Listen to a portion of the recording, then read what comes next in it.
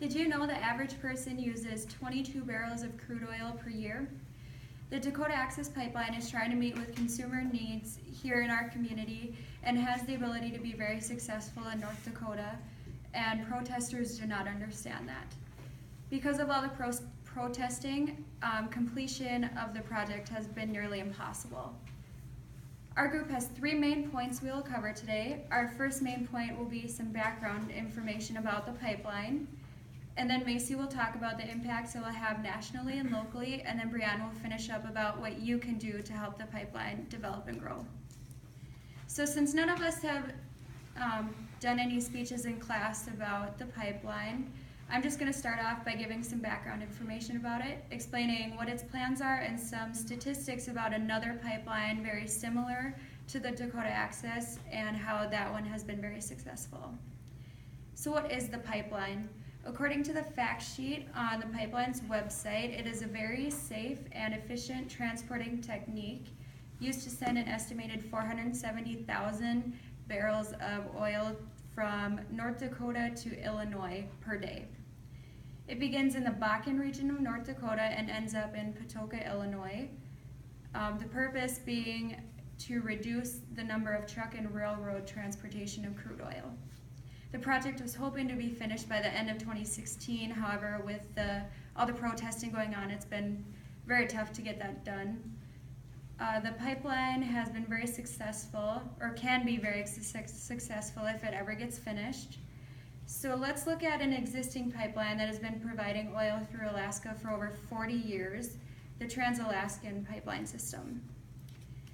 The Trans-Alaska Pipeline System, or TAPS, begins in the North Slope of Alaska and transports oil from the North Slope of Alaska to Valdez, Alaska, which is almost 800 miles. According to AlaskaPipeline.com, approximately 17 billion barrels of oil have traveled through the pipeline since construction began and have created more than 70,000 jobs. These are only a few reasons why the TAPS has been very effective for Alaska, and it will only continue to improve their economy. So looking at how important the TAPS is for Alaska, the Dakota Access will be just as important for North Dakota.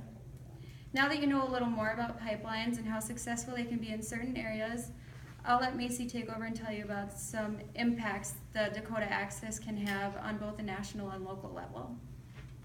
As Kirsten said, I'm now going to discuss some of the benefits of the Dakota Access Pipeline. On a national scale, increased domestic crude oil production translates into greater energy independence for the United States. The U.S. is the 3rd largest producer of crude oil in the world. However, we're the #1 consumer in the world.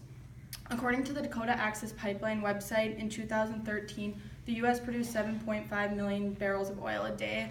However, we still had to import 7.7 million barrels to meet consumer needs. It is crucial that we are able to close the gap between consumer needs and what we can produce as a country.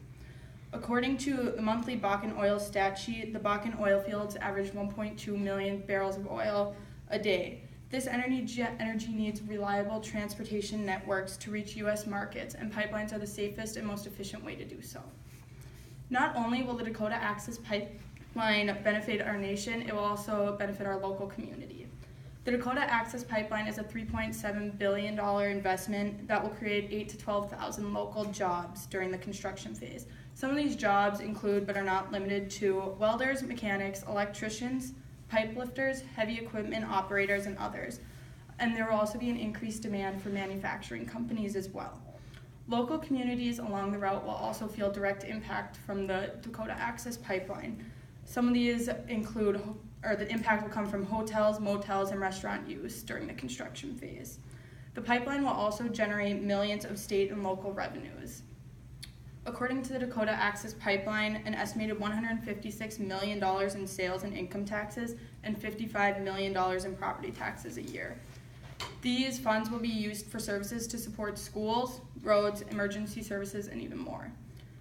The Dakota Access Pipeline will also address transportation issues in the upper Midwest, which was created by a dramatic increase in crude oil production in North Dakota. Benefits of the Dakota Access Pipeline outweigh the cons on both a national and local scale. I'm now going to hand it over to Brianne, and she's going to discuss what you can do in relation to the Dakota Access Pipeline.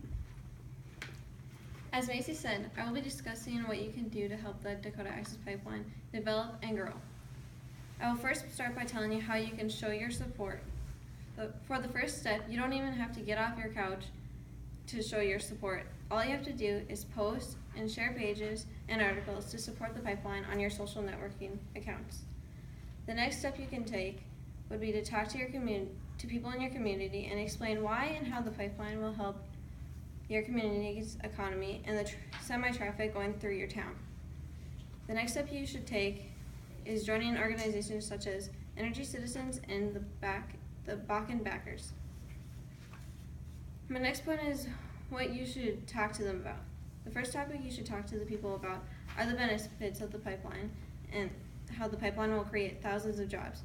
You also need to tell them how the pipeline will make semi-traffic less and make driving and living in your town safer. You should also tell them that there are Standing Rock Sioux citizens that support the pipeline. Robert Foulbear said that he wants the pipeline to go through because the semi-traffic in Cannonball is too dangerous and he wants his town to be safer. You also need to tell them about how the protesters are not peaceful and they are doing more harm than good. According to Fox News, the protesters have blew up trucks and tires on a bridge. They are fighting for clean water, but in the process they are polluting our air.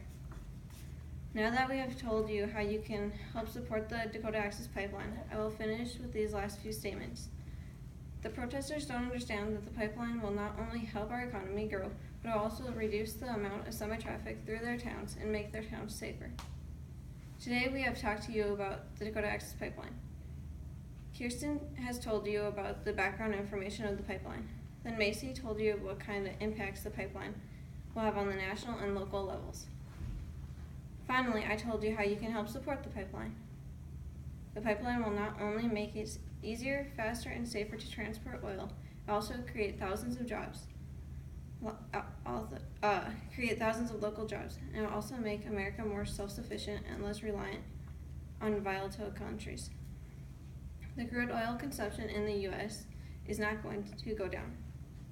So it's important that as a nation, we are able to produce enough crude oil to meet consumer needs.